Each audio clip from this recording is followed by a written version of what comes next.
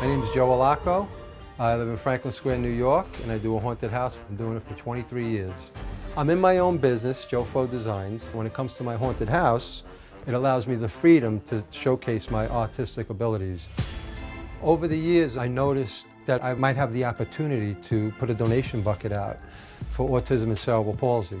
And being that my son Joseph is afflicted with both of those disabilities, I thought maybe this was a way that I can give back to those organizations that help my son. We've had literally thousands of people, and we've raised thousands and thousands of dollars for the organizations. I looked at different types of old style fireplaces, and I tried to recreate it.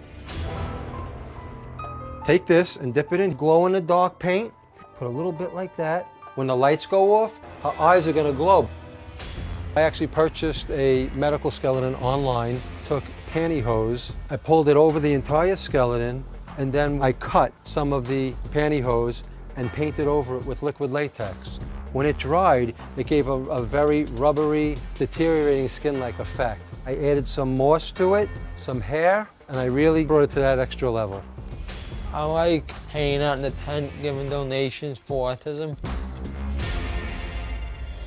We're the Stewarts, and welcome to our Halloween maze.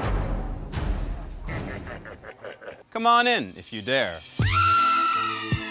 I'm Tyler Stewart from Ridgewood, New Jersey, and every year, my family turns our backyard into a Halloween maze. And we've been doing our Halloween maze for 24 years now. It started on my 4th birthday. He wanted an obstacle course in the backyard, and I did not want to spend the afternoon in the emergency room. So we talked Tyler into having a maze instead of an obstacle course. Here we have one of the doors in the maze. You'll notice that on the front side, it looks like part of the walls. It's covered up so that it's hidden. People have to feel the walls to figure out where they're going. Better watch out, I'm getting faster. Some of the things we've added to the maze over the years include one-way doors. We've also added one-way mirrors, we've added roofing.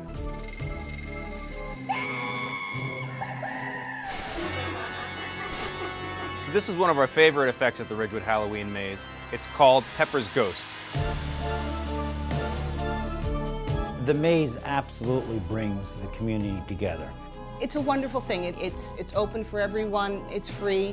A lot of people have learned about it, and so we get enormous crowds now. Chains stand behind you here for eternity. Hi, I'm Laura Restivo. This is my husband, Zach Restivo. Welcome to Westbury's Field of Scream. When Laura and I first met, we both found out that we love going to haunted houses. And we figured, why not start one ourselves? And we started collecting. We've been doing this for about 10 years. It has gone from just props on a lawn to a full walkthrough.